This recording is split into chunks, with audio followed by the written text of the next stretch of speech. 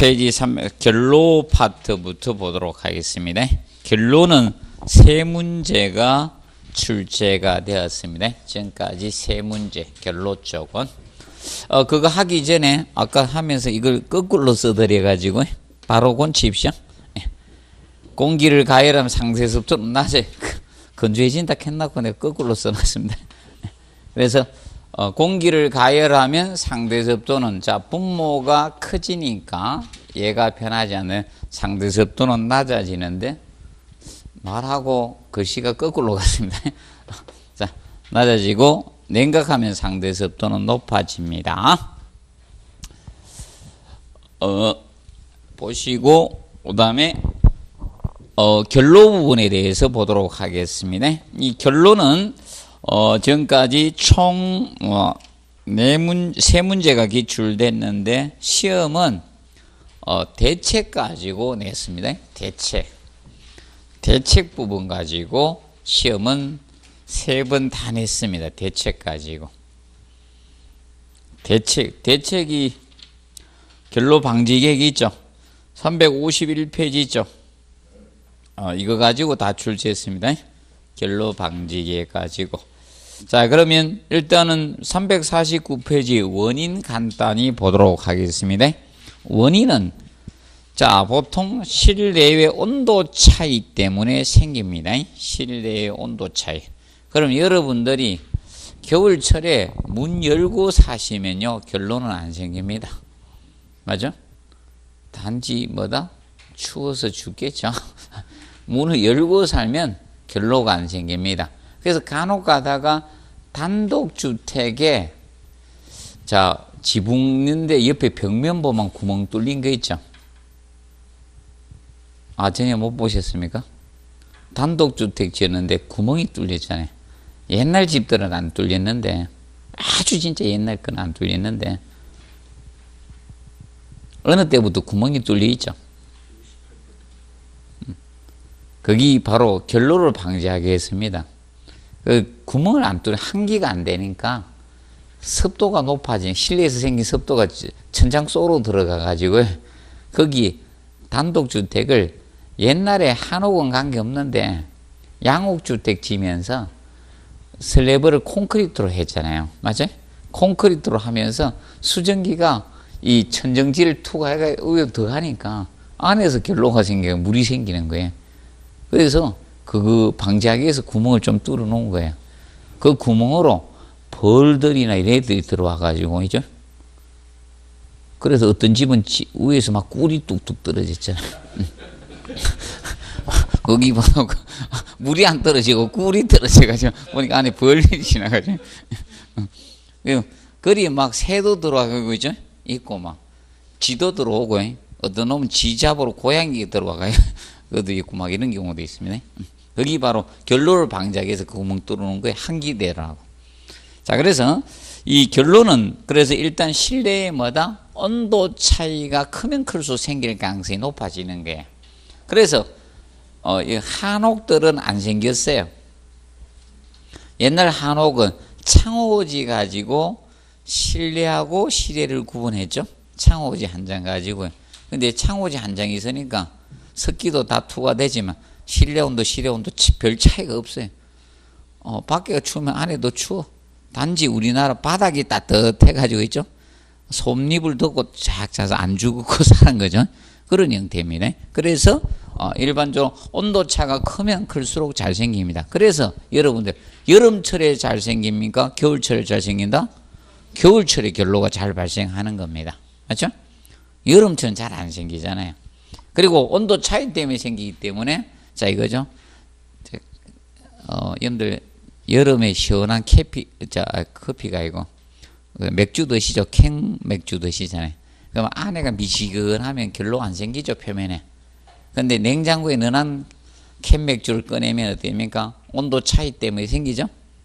그 온도 차이가 크면 그래서 잘 생깁니다. 그리고 두 번째 보면 실내의 뭐다? 습기의 가다 발생입니다. 한옥은 실내에서 생기는 습기가 인간에서 나오는 습기밖에 없었는데 지금은 아파트에는 무엇입니까? 욕실이 있지, 주방이 있지죠. 그리고 집에서 또 뭘 합니까? 저거 하잖아요. 또 막 물고기 키운다고 어항도 두죠. 그 다음에 이제 또 집에다 나무 키운다고 했죠. 그거 하면서 물 주죠. 이러니까 실내 습기가 굉장히 많이 생기는 거예요. 가다 발생으로 생기는 거예요. 그래서 실내 습기가 안 발생하면 결론은 안 생깁니다. 그래 보시면 됩니다. 자, 그리고 넘겨보시면 생활 습관이 뭐다? 한기부죠. 자, 왜 그런가 하면 이런 분들이 이제 뭐 가구에 있잖아요.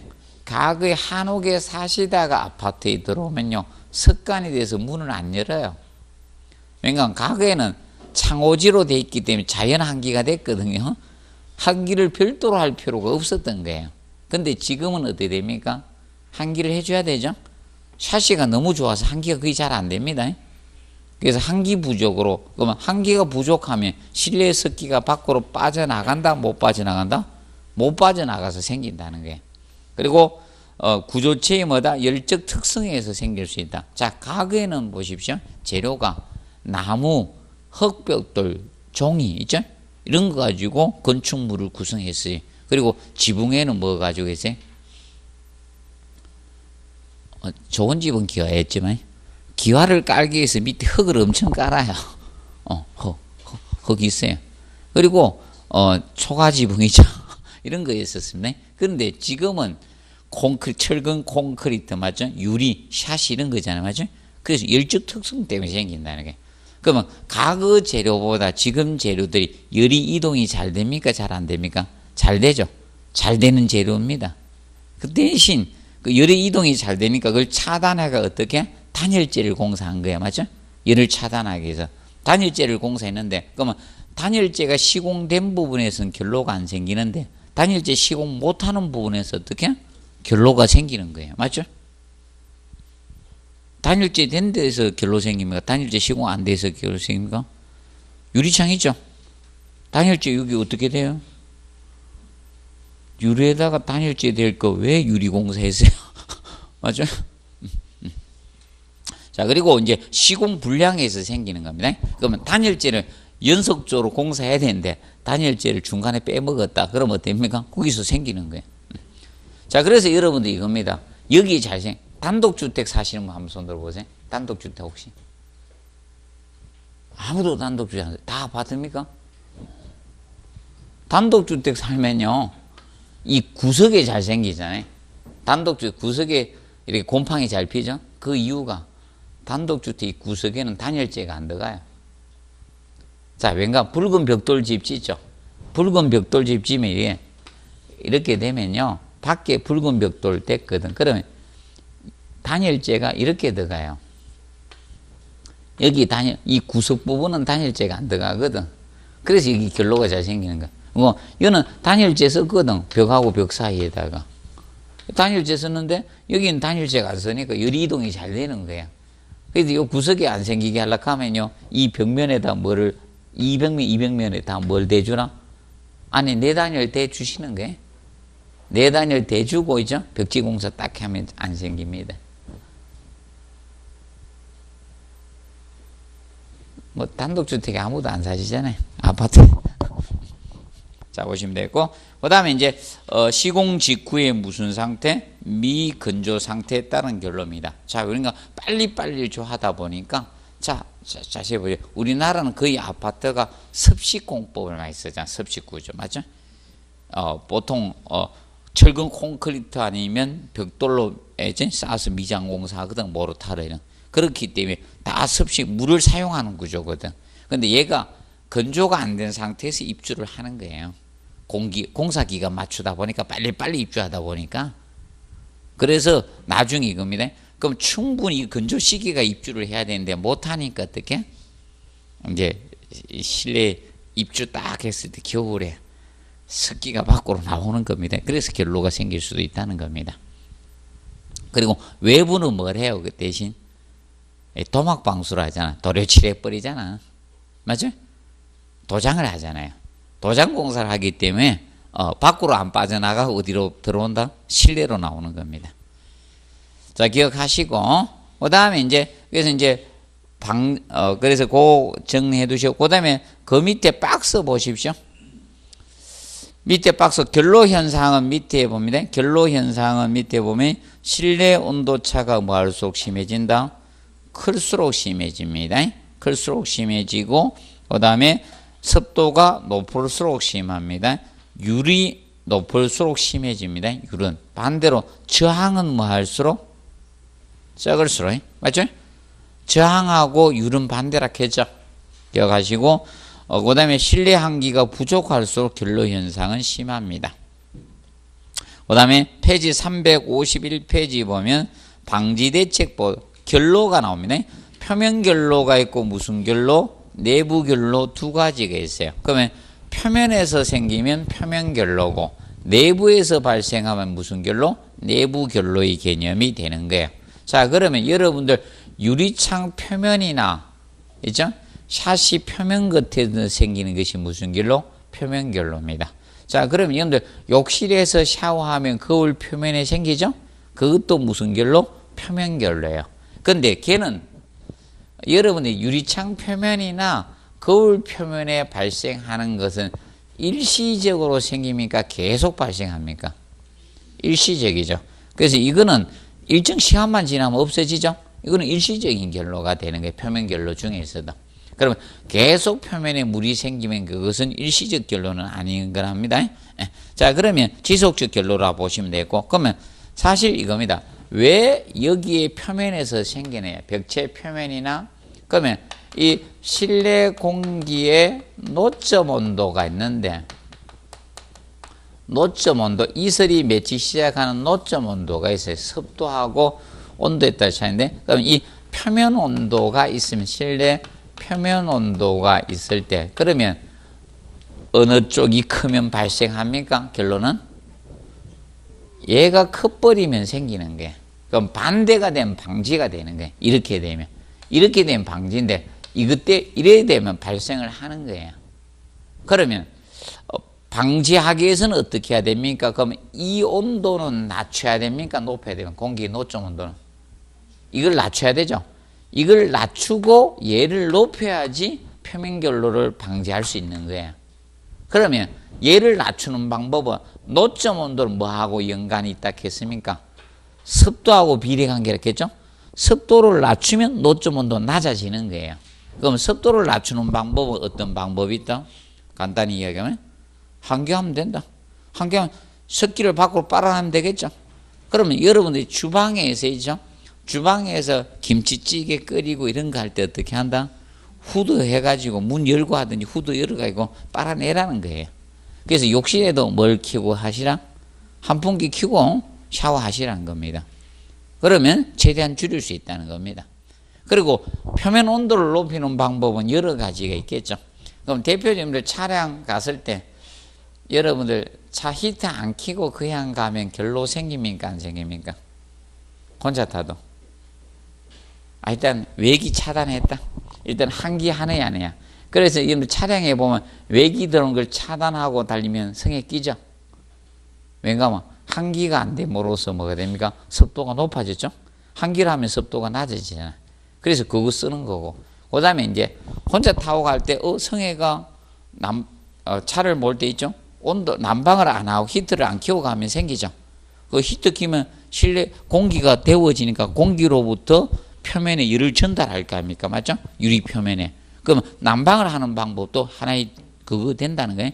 난방을 해서 실내 표면 온도를 높이는 거예요. 그러면 그거 가지고 부족하면 어떻게 해야 됩니까? 표면을 가열하는 방법이 있죠. 그래서 여러분들 차 유리 있죠. 차 유리 뒷면에 열선 넣어놨죠. 열선 넣어가 뭐 합니까? 데우죠. 그리고 앞에는 어떻게 됩니까? 성에 끼면 뜨거운 온풍 가지고 유리 표면을 붙이도록 되어 있잖아요. 여러분들 보통 누르는 거 있죠.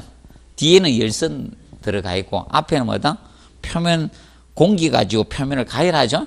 그 방법이 있다. 그래서 표면 결로를 방지하기 위해서는 간단히 이게 표면 온도를 높여야 된다, 낮춰야 된다. 표면 온도는 높이고 공기 노점 온도는 낮추면 되는 거예요. 이것이 방지 대책이 되는 거예요. 기본적으로. 자, 그런데 내부 결로는 이겁니다. 내부 결로는 자, 벽체가 있을 때 벽체가 있는데 이 수증기가 이 습기가 실내에 습기가 투습을 하면 습기가 투과해가 들어갔어요. 그럼 여기서 공기 노점 온도보다 낮으면 뭐가 생긴다? 습기가 생기죠. 그 내부에서 습기가 발생하는 것을 무슨 결로? 내부결로라고 하는 거예요. 그럼 내부결로는 방지를 꼭 하셔야 돼요. 그래서 거기 체크하십시오. 6번에 보시면 밑에 350의 하단에 6번 보시면 벽에 실내체 방습층을 설치하라 이게. 그러면 왜 그런가 하면 우리나라 겨울은 어떤 형태가 되는가 하면 여름은 어떻게 됩니까? 여름은 고온 다습하죠. 근데 겨울은 뭐다? 저온 저습합니다. 습기가 낮아져요. 습도가 낮습니다. 우리나라 겨울의 특징이. 그리고 그때 강원도에 근데 어느 때 많이 저기 와요? 불이 생깁니까? 아니죠. 봄에 많이 생기잖아요. 건조할 때. 보통 강원도에 눈이 안 녹고 있다가 맞아요? 이따가 이제 눈 다 녹고 있죠? 그 눈 때문에 그때 눈이 그냥 독도 거기서 안 생기다가 요 봄철 되면 하재가 엄청 생기잖아요. 그게 다 탄 게 그때 타잖아요. 아닙니까? 그래서 이제 습기가 이제 투습을 하게 돼. 여기 내부에 그러면 여기에다가 방습층을 설치하는데 방습층 또는 방습막이라고 해요. 방습막, 방습층, 방습막. 그래서 이걸 설치하면 돼. 실내측에 설치해야 돼. 실내측에. 그래서 실내측에 방습층, 방습막을 설치하는데 이거 쉽게 주방의 타일이에요. 주방의 타일이 바로 방습층, 방습막이에요. 자, 주방은 북측으로 보통 놓여져 있죠. 주방이 남측에 설치하신 분 있습니까? 북측이죠. 그게 북측으로 많은데 북측 벽면은 겨울철에 항상 태양빛을 받아요, 못 받아요? 못 받죠. 그게 항상 차갑다는 거예요. 그런데 보통 일반적으로는 이 남측 벽면은 태양 복사열에서 데워지죠. 데워졌다가 밤에는 차가워졌다 이랬지만 이 북측 벽면은 막 겨울철에 계속 추운 상태로 있는 거예요. 그러니까 투습을 하면 내부 결로가 생길 수가 있다는 거예요. 근데 내부 결로가 생겼을 때 이것이 얼어버리면 문제가 생기는 거예요. 물만 생기면 아무런 관계가 없어요. 콘크리트 내부에 있을 때 물이 있으면 철근 녹아 안 썰어요. 우리가 배웠죠. 콘크리트 중성화에서. 콘크리트가 얼마 이상 유지하면 pH가 11 이상만 유지하면 철근 녹아 안 썰어요. 그래서 교량 관계 없는 거예요. 물 속에 있는 교량도 관계 없는 거예요. 다 붕괴돼야죠. 교량 다 붕괴되고 말아야 되는데 거기입니다. 그래서 만약 이게 얼어버리면 어떤 문제가 생긴다? 부피 팽창으로 균열이 생기는 게 그럼 이제 문제가 발생하는 겁니다. 그래서 보시고 그래서 알아도 이거 가지고 2번 했어요. 이 방습층 가지고 한 번은 방습막이라 했어요. 한 번은 방습층이라 했고요.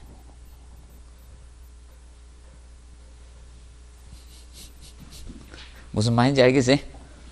조금만 다르게 내면 돼. 한 번은 방습막이라 했고 한 번은 방습층이라 했어요. 자, 그거 봐주시고 그 다음에 이제 그것 몇 가지 봅니다. 그리고 4번 체크하세요. 벽체 열 관류 저항을 어떻게? 크게 해야 돼요. 그러면 율은 어떻게? 작게 해야 돼? 저항은 크게 하지만 율은 어떻게? 작게 해야 돼, 작게. 저항하고 율하고 반대입니다. 반대. 자, 기억을 하시고, 그 다음에 환기를 많이 하는 것은 결로를 방지하는 거라 했죠. 근데 환기를 안 하는 것은 결로에 뭐가 된다? 원인이 되는 거예요. 원인. 그래서 그거하고 혼돈하지 않도록 하시고. 그리고 5번 체크하시죠. 벽체에서 이격식이라는 가구를 벽에 딱 붙이지 마세요. 정체된 공기는 결로가 생길 가능성이 더 높아요. 그래서 가구 있죠. 좀 띄워서 설치하십시오. 가구를.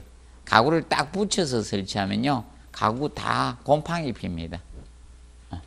그래서 제가 꼭 없을 때 이사를 가면요, 이삿짐 센터 분들이 전부 다 어떻게 가구를 어떻게 틈도 없이 넣어놓죠. 맞죠? 탁 넣어가지고. 그래서 앞전에는 이사 갈 때 내가 이사 날은 내가 있었거든요. 계약할 때는 없었지만 이사 날은 딱 있어가지고 띄우세요. 간격 10cm 무조건 띄우라고 딱딱 다 공간 다 띄우게 만들어놨습니다. 그리고 꼭 부탁할 거 여러분들이 지금이다. 뭐 꼭 부탁을 이사할 때 냉장고 있죠. 김치 냉장고 뒤에 있죠. 먼지 다 빨아돌락 하십시오. 그럼 다 해줍니다. 원할 때 있죠. 뭘 원합니까? 이렇게 때 계약할 때 있죠. 뭐 해줄 거 없습니까? 이렇게 물어요. 이삿짐센터에. 그러면 냉장고 뒤에 있죠. 여러 가지 뒷부분에 그 먼지 있죠. 보석하게 엄청 묻어 있습니다. 그거 다 빨아돌락 하십시오. 그럼 조용해집니다. 냉장고가 자주 가동 안 됩니다. 냉장고 집에 가동이 너무 빨리 되면요, 자꾸 빨리 돌죠. 그럼 그 뒤에 먼지를 허옇게 옷을 입고 있다는 거예요. 그리고 불나는 경우도 있어요. 심한 불나. 김치 냉장고 불이 다 그 원인입니다. 먼지 들어가 가지고.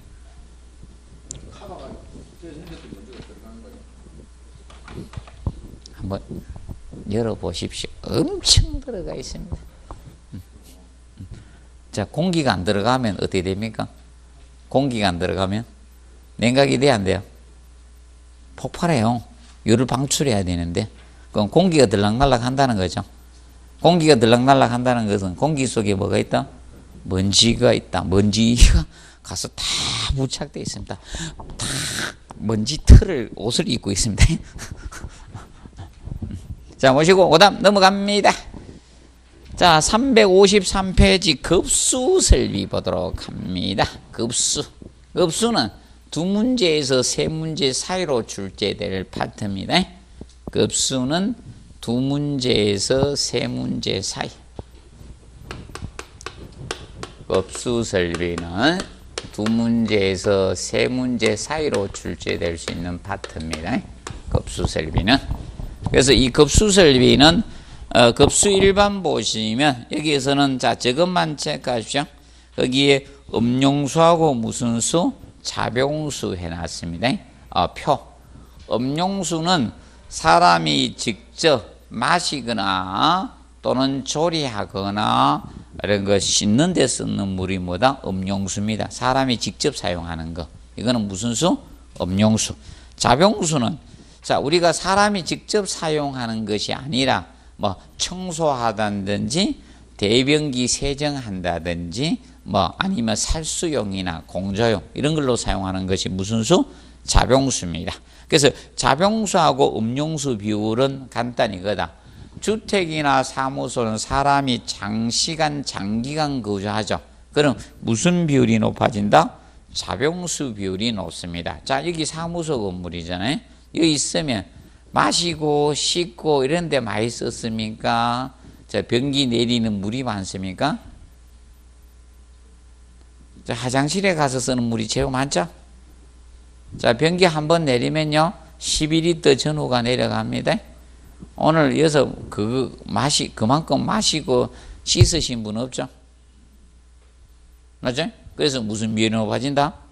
자병수. 퍼센트는 외울 필요가 없고, 그래서 자병수 비율이 가장 높은 건물은 누구다? 주택, 사무소와 같이 인간이 장기간 거주하는 데가 자병수 비율이 높고 음용수 비율은 줄어든다는 거야. 그래서 그 순서 아닙니까? 학교, 백화점, 호텔, 병원 있죠. 어디 많이 가는 순서 아닙니까? 맞죠? 요새 학교를 평생 가는 분도 있죠. 평생 교육원도 가시던데, 맞죠? 연세도 제가 이거, 맞죠? 여러분들 학교 다닌 거 한번 생각해 보세요. 초등학교 6학년, 맞죠? 고등학교 3학년, 중3, 고3, 맞죠? 대학교 요새 또 과정도 길게 늘어난 거 많죠? 4년제가 아니고, 5년제도 있고, 6년제도 있고, 있죠? 맞죠? 그리고 또 어디 또 갑니까? 대학원 또 가고, 이제? 취업 안 돼가 또 대학원 가잖아. 맞죠? 위에 과정 밟고. 그거 끝나면 또 무슨 대학원 갑니까? 평생대학원 가고 이러죠. 엄청 간다니까. 기간이 오래됩니다. 그리고 백화점, 그래서 이제 백화점 자주 가는 분도 있고 안 가는 분도 있고. 그런데 호텔 병원은 제일 안 가야 되는데 아마 있죠. 그래서 이제 그걸로 보시면 됩니다. 그래서 이제 호텔 병원은 무슨 비율이 높다? 음용수 비율이 제일 높다. 호텔 병원이. 호텔 병원은 음용수 비율이 가장 높습니다. 특히 호텔 가면요, 비싼 방값 내고 하기 때문에 목욕을 엄청 합니다. 집에서는 하라 해도 안 해도 호텔 가면 이 탕에다 물 받아놓고 목욕합니다. 그래서 음용수 비율이 높은 거예요. 마시는 게 아니에요. 음용수는 이야기했죠. 사람이 직접 사용하는 물 있죠. 마시거나 조리해가 먹거나 하여튼 들어가야 돼. 씻거나, 맞죠? 사람의 몸이 직접 돼야 돼요. 얘는 변기 세정하는데 막 넣어가지고 같이 하고 이래 안 하죠. 변기 세정하는데 음용수로 봐야 되는데 그럼 손 넣어가지고 해야 돼? 대변기에 손 넣어야 안 하죠? 그래 생각하면 돼. 그래 수질 보시면 물의 경도 개념 한번 나왔다. 물 속에 다양한 것이 포함되어 있다. 뭐 마그네슘이든 칼슘이든 철이든 인이든 뭐 등등등 여러 개 다량 포함되어 있습니다. 이걸 뭘로 한산 표시한 거다? 탄산, 칼슘으로 한산 표시한 거예요. CaCO3로 한산 표시한 게 물의 경도인데, 이때 탄산칼슘 함유량, 경도에 따라서 물을 나누면 네 가지로 나눌 수 있다는 겁니다. 순서대로 적은 거에서 큰 거로 하면 극연수, 연수, 적수, 경수, 이 순서고요. 경수. 그러면 밑으로 갈수록 탄산칼슘 함유량이 많다. 경도가 높다. 위로 갈수록 경도가 낮습니다. 적게 포함되어 있다는 겁니다. 그래서 간단히 알아두시면 돼요. 시험은 사실 연수하고 경수만 낼 수밖에 없는 거예요. 경수. 그리고 얘는 죽어도 지문도 잘 안 쓸 거다. 답은 죽어도 안 되고요. 역사상 낸 데가 한 군데도 없다. 이 시험이 어디 들어가는 범위에서 어느 곳에서도 적수는 나오지 않았습니다. 기억하시면 되고, 자, 극연수는 이것만 딱 기억하시면 돼요. 거기 보시면 뭐 해놨습니까? 자, 그래서 그것만 딱 알아두시면 돼요. 극연수는 거기 있죠. 연간하고 무슨 간? 노쇠간을 항동간이죠. 이것을 침시시키는데 이것만 기억해. 근데 이거 지문 썼어. 그럼 끝난 거예요. 자, 그리고 연수가 경도가 낮은 물을 무슨 수? 연수라 했죠. 우리가 그래 무슨 물로 배웠던 거예요? 단물 배웠던 거 연수. 그래서 얘는 비누 용해가 잘 돼. 비누 거품이 잘 되는 것이 뭐다? 연수예요. 자, 그래서 세탁의 기본은 이거예요. 차가운 물로 세탁하면 안 되는 거예요. 세제 풀 때. 세제 풀 때는 어떻게 됩니까? 더운 물하고 찬물 쓰고 미지근한 물로 이렇게 연수가 돼줘야 돼요. 왜냐하면 보통 수돗물을 쓰면 경수예요. 수돗물 연수 아니에요? 수돗물은 경수에 때가 잘 안 풀려. 그래서 여러분들 이거잖아. 오늘 머리 샴푸 하시면서, 자, 찬물로 해서 뜨거운 물로 해요. 뜨거운 물 하죠? 온수 쓰죠? 온수 안 쓰면 때 잘 빠져? 제일 안 빠져? 그 세제 사용하면서 이거 없어진 거야. 때가 잘 빠져가지고요. 맞죠?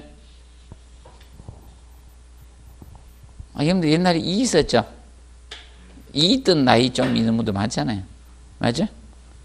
이 새끼가 뭐예요? 걔 한 번씩 잡아주고 그랬죠. 맞죠? 그래서 그것이 때가 많아서 그랬어요. 먹을 게 많으니까 있죠. 지금은 쫙쫙 빼잖아. 매일 감잖아. 맞죠? 그래서 그래서 연수가 비누 용해가 잘 된 물로서, 그래서 이거는 세탁용이나 보일러 용수는 뭐가 적합하다. 이걸 기억하면 돼. 세탁 및 보일러 용수, 사람이 먹는 물이 아니고요. 연수는 사람이 먹는 물은 아니고요. 보일러나 세탁기가 먹는 물이 뭐다? 연수가 좋은 거예요. 때 잘 빠지고. 자, 그리고 이제 적수는 적당한 물이에요. 경도가 높은 물을 뭐라 한다? 경수라 합니다. 그래서 우리 뭘로 배웠습니까? 센 물로 배웠던 게 경수입니다. 그러면 경수를 보일러에 사용하면 스케일이 발생하는데 물때가 형성돼요. 그래서 거기 보면 354페이지 자 보일러의 경수 사용할 때 현상 나오죠? 뭐가 형성된다? 스케일이 형성돼. 물때가 형성돼. 이 물때로 인해서 열교환면에서 열 전도가 낮아지니까 전열효율이 어떻게? 떨어지는. 전열효율이 떨어집니다. 자, 그리고 그걸로 인해서 보일러에 뭐다? 가열이 생기고요. 그리고 가열되니까 수명은 어떻게? 단축되는 거예요. 그리고 보일러의 코크나 구멍, 작은 구멍이 막히게 돼요. 그리고 이제 이겁니다. 배관이나 보일러에 뭐다? 부식도 돼, 부식도 발생이 됩니다. 이런 현상이 생깁니다. 그래서 보일러에 사용할 때 경수를 사용하면 된다, 안 된다? 안 됩니다. 연수로 만들어 주셔야 돼요. 그래서 여러분들도 자 머리 감을 때 뭐 가지고 한다? 물을 데워서 쓰죠? 연수로 만들어서 쓰는 거예요. 물을 끓이면 연수가 되는 겁니다. 연수를 만들 수 있는 겁니다. 그래서 뭐 방법은 다량의 공업용수일 땐 생석해 가지고 만들고 그다음에 전기 기계 가지고 하는 경우도 있죠. 그래서 목욕탕에 보면 뭐라고 써놨어요? 에이 간혹가다 우리는 참 때가 잘 빠지게 뭐 연수기 사용한다고 이렇게 써놓은 데 있죠. 목욕탕에서 목욕만 하고 나오시는구나. 그런 거 안 보시는구나. 저는 그거 가면 글씨 다 읽는데 사우나 들어가면 있죠. 사우나에 써놓은 거 있죠. 아 무슨 뭐 핀란 뭐시 하면 그 글씨 하나하나 다 읽는데 다 읽고 몇 번 읽고 나오는데 아 여러분들 그냥 이렇게 땀 흘리고 나오시는 거야. 자, 그 유래 이런 거 써놓으면 다 읽고 나오는데 몰라 왜 그런지 저는 글씨만 있으면 다 읽습니다. 자, 그리고 이제 그거 보십시오. 먹는 물의 수질 기준이 있죠. 자, 이겁니다. 얘가 19회 때 냈기 때문에 20회 때 언급이 없었던 거고 다시 언급을 할 것 같습니다. 다시 종합문제 내면서 다시 언급을 할 겁니다. 자, 그래서 이 먹는 물의 수질 기준이 사실상 굉장히 몇 페이지 돼요. 많아요. 너무 많은데 그걸 다 할 수는 없는 거고요. 그래서 답의 유도는 거의 여기서 됩니다. 다른 지문 나오면 답 아니에요. 너무 신경 쓰지 말고요. 여기서 보시고요. 아, 이것도 다 갖다 놓으면 학생들 되게 싫어해서요. 저 이것만 갖다 놓은 거예요. 심미적 영양물질에 관한 기준, 이것만 갖다 놓은 거예요. 그 심미적이라는 것은 이걸 보통 이야기합니다. 인간의 오감에 의해서 우리 여러 인간의 감각기관 있죠? 오감을 통해서 느끼는 심미적이라고 나오죠. 심미적 영양에 관한 물질만 갖다 놓은 겁니다. 심미적. 그래서 1번에서부터 몇 번까지 있어요? 16번까지 있는데 다 하락하면 안 하실 거고. 그래서 1번 경도 가지고 19회 때 낸 거야. 자, 경도 나오죠. 경도는 조건 안 주어지면 얼마다? 1000이다. 근데 미리그램 퍼리터가 뭐예요? 미리그램 퍼리터가 이게 100만 분율이라 했죠? ppm 단위입니다. 파스 퍼 밀리언 ppm 단위예요. 미리그램 퍼리터가 100만 분율입니다. 100만 분의 1000이다 이거죠? 자, 그러면 경도는 기본 1000을 넘으면 안 된다는 거예요. 그런데 거기 보시면 뭐가 나옵니까? 수돗물은 얼마? 300이네. 그래서 수돗물엔 조건이 주어지면 300이라는 거예요. 수돗물 주어지면 300이다. 그런데 그러면 쉽게 이겁니다. 수돗물은 300인데 여러분들 사 먹는 거 있죠?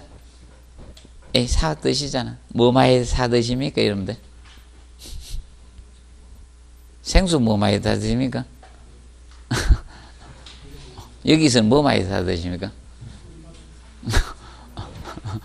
그러면 그건 얼마다? 1000이라. 아이, 조건 없으면 이거 1000. 1000이라는 거예요. 수돗물 주는 게 아니잖아. 그러면 아리수가 300이야. 서울에 아리수 있잖아. 맞지? 아리수가 얼마? 300이고. 또 가격 생각하지 말고요. 그리고 먹는 염지하수는 해양심청수는 얼마다? 1,500이 되게. 해양심청수. 해양심청수는 팔죠. 가격이 좀 높죠. 해양심청수 잘 안 팔죠.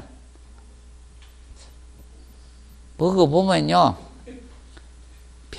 진짜 미각 뛰어난 사람들은 느낄지 모르지만 웬만한 사람 못 느껴. 맞죠? 뭐가 입니까? 안 돼 쓰고 물어보면요, 모릅니다. 똑같이 퍼센트 나옵니다, 거의. 그래서 해양심청수는 얼마 된다? 1,500이 되게. 1,200, 말 잘못했다. 1,200이 되게. 1,200. 1,200이라는 겁니다. 주어지면. 그럼 안 주어지면 기본적으로 얼마? 1,000이고. 주어지면 주어진 데 맞추시면 된다, 이게. 염지하수는 염분을 포함한 지하수를 염지하수라 해요. 그러면 저겁니다. 섬지방이나 해안가에는 지하수에 염분이 일정 포함될 수가 있어요. 그걸 무슨 지하수? 염지하수라고 칭합니다. 자, 그리고 요거 봐두고 그 다음에 이제 저겁니다. 요거 같이 외우기 위해서 10번에 정발잔유물이 나오잖아. 정발잔유물은 물을 끓이고 나면 남는 거기를 무슨 이다? 정발잔유물이라 해. 이건 얼마? 500 되는 게. 이건 500 최대치가. 그리고 저거 염소이온 나올 겁니다. 염소이온이 몇 번에 나옵니까? 9번 나오죠. 염소이온. 염소이온은 250입니다. 이 세 가지 같이 기억하시면 돼요. 자, 그래서 여기 제일 높은 게 1200, 1500, 300, 250. 자, 기억하시고, 그 다음에 알아두실 그 2번에 가망간산 칼륨 소비량 나오죠. 얼마? 10이야. 가망간산 칼륨은 10입니다. 자, 가망간산 칼륨은 자, 저거라 했죠. 화학적 산소 요구량, 즉 COD를 측정할 때 산화제로 투입하는 것이 뭐다? 가망간산 칼륨입니다. 얘가 COD 측정할 때 산화제로 투입하는 거예요. 그래서 이건 얼마만큼? 10이라는 거죠. 가망간산 칼륨. 이거는 얼마? 10. 자, 그리고 저거까지 세제를 보시면 6번에 뭐다? 세제. 세제는 얼마다? 0.5예요. 자, 그러면 이거죠. 세제가 0.5라는 것은요, 독하다는 거예요? 안 독하다는 거예요? 독하다. 수치가 작아질수록 독하다는 거예요. 수은 같은 경우 독해요? 안 독해요? 수은 드실래요? 옛날 수은을 소량씩 미게 사람 중독시켜 주겠죠? 수은을 쭉 소량씩만 미게 돼. 죽어. 나중에. 그래서, 수은은 그러면 0.00 이렇게 많이 내려가요. 0.01 이렇게 내려가. 세제는 0.5고, 그 다음에 요거 기억하시고, 그 다음에 거기 5번에 뭐가 나옵니까?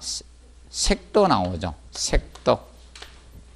색도는 5도고, 그런데 저기 봅니다. 13번에 보면 탁도가 나오죠. 탁도. 탁도는 뭐다? 1NTU입니다. 그런데 수돗물의 경우는 얼마다? 0.5NTU 개념이 돼요. NTU. 그래서 색도하고 탁도하고 구분해 두시고, 그러면 탁도가 나올 가능성이 더 높아요. 색도보다는. 답이 될 가능성은 탁도를 정확히 알아두시면 됩니다. 탁도. 탁도는 정확히 공부해 두십시오. 그리고 수소 이온 농도가 나오는데 얘가 제일 먼저 시험에 나왔어요. 7번입니까? 수소 이온 농도 pH 이거는 pH 어버이날 5.8에서 8.5입니다. 조건 안 주어지면. 조건. 근데 특별한 물의 조건이 주어졌다. 그러면 그 일반 수돗물은 여기다는 거예요. 수돗물 같은 게. 그런데 조건이 길게 주어지면 뭐가 된다? pH 4.5에서 9.5까지 범위가 된다는 거예요. 9.5까지. 그래서 기억하시고요. 그래서 올해는 다시 열심히 하십시오. 아마 지문에 언급이 될 거예요. 나온 해 뒤에는 바로는 잘 안 내. 나올 확률 5% 이하입니다.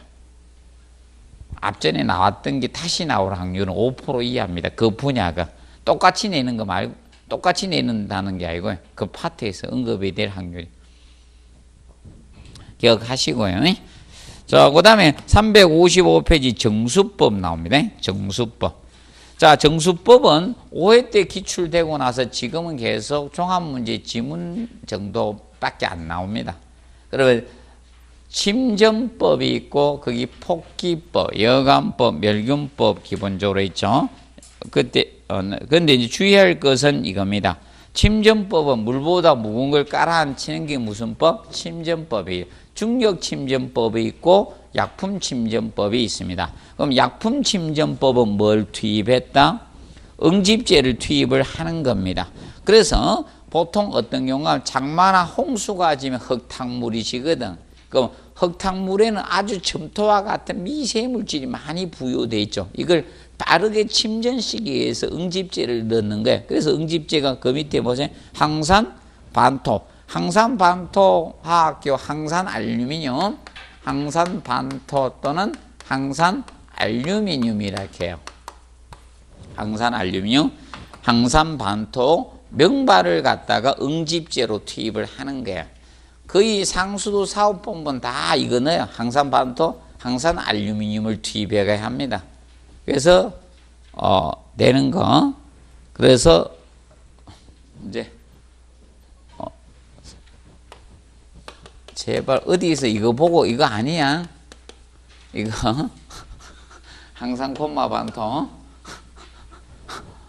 명바 이렇게 해놔서 누가 이게 콤마를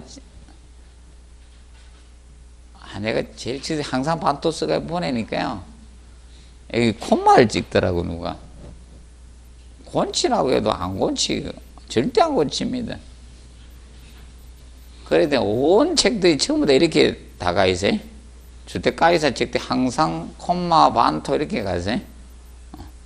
그러지만 이상하니까 이제 이거 뒤에 거 빼고 항산 등 이렇게 해놓은 데도 이거. 그래서 항산 알루미늄 투입합니다. 기억하시고. 그다음에 넘겨보시면 여가는 거르는 것이 여가고요. 폭기는 간단히 알아두십시오. 자, 용해성 철들은요. 탄산 제일철이나 수산화 제일철이나 항산 제일철은 용해성, 물에 녹은 철이죠. 용해성 철들이야. 이 용해성 철들은요. 여가에서 걸러지지가 않습니다. 그럼 여가에서 거르기 위해서는 뭐다? 불용해성 철로 만들어요. 수산화 제2철로 만들어야지 걸러지거든요. 그래서 공기하고 접촉시켜서 수산화 제2철로 만드는 방법이야. 그래서 이런 철성분 제거라든지 또는 뭘 하게 해서 물속에 용해 암모니아나 이런 유해 가스들을 발산하기 위해서 물을 뿜어주는 것이 무엇이다? 폭기법입니다. 그래서 폭기는 물을 뿜어주는 것이 뭐다? 원래 폭기란 개념은 물을 뿜어주는 거야. 물을 뿜기 힘들면 공기 속에 물을 불어넣는 것이 무엇이다? 폭기라고 보시면 되겠습니다. 폭기.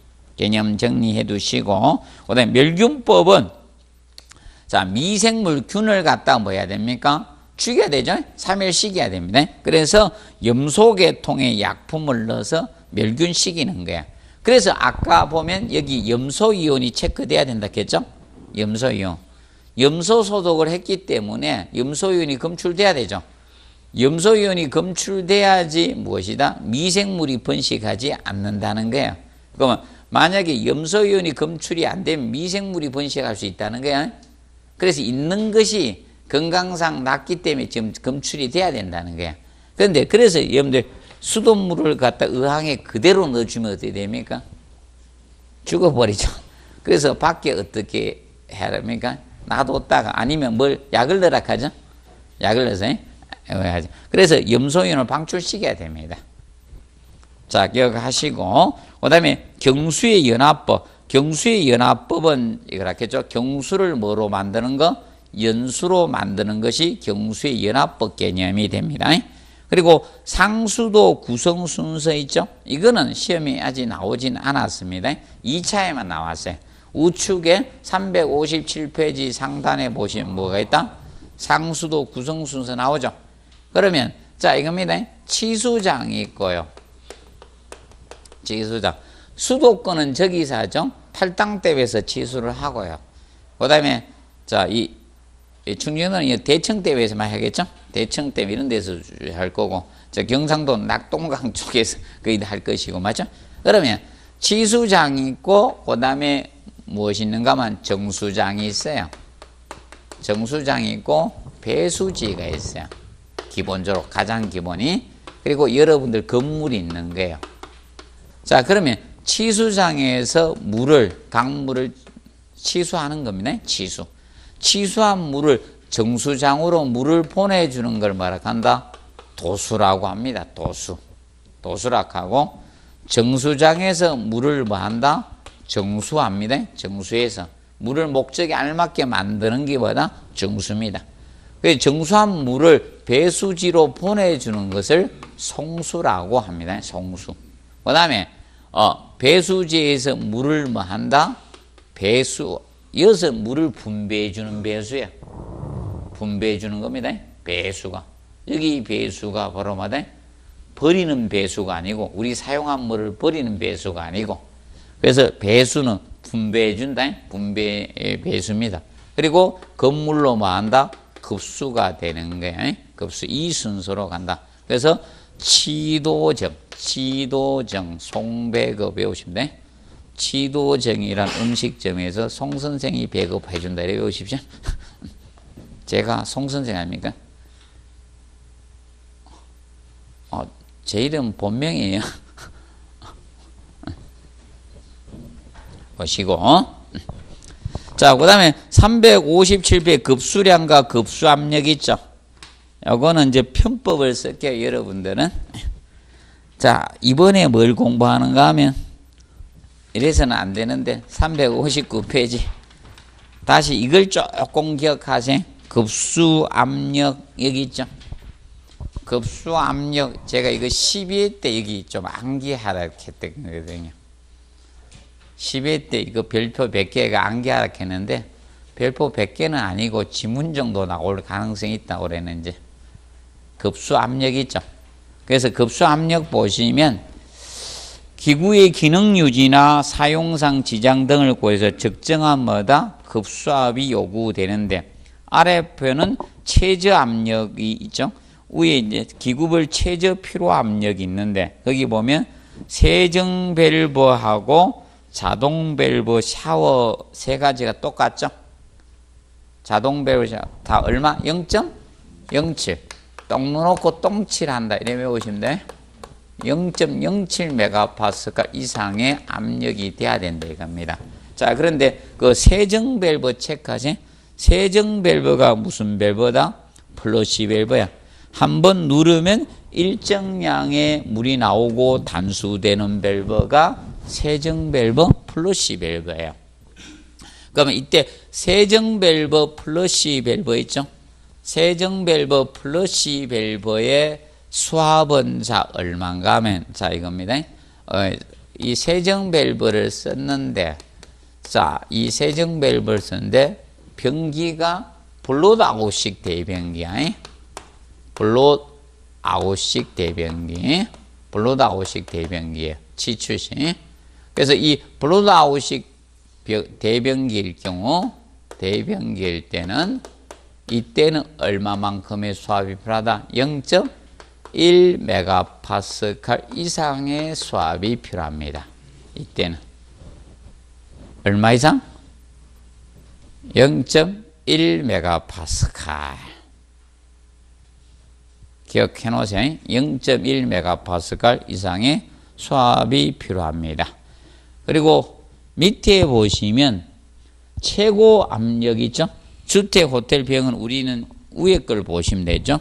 그래서 0.3에서 0.4 메가파스칼의 최고 압력은 이 압력입니다.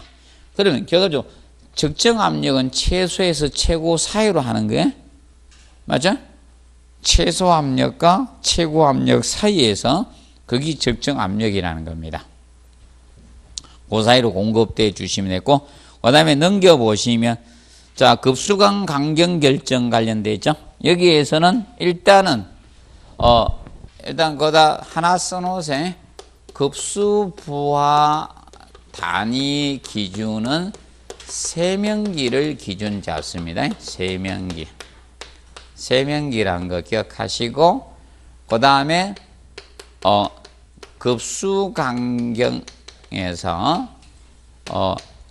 세정 밸브식을 쓸 때, 세정 밸브식 대변기일 때는 대변기의 급수 간격은 얼마 이상 돼야 된다? 25mm 이상이 돼야 돼요. 그래서 급수 간격이 제일 커야 되는 것이 뭐다? 대변기라는 거. 세정 밸브식 대변기는 급수 간격이 제일 커야 돼요. 급수 간격이 제일 커야 돼요. 급수 간격이 제일 커야 됩니다.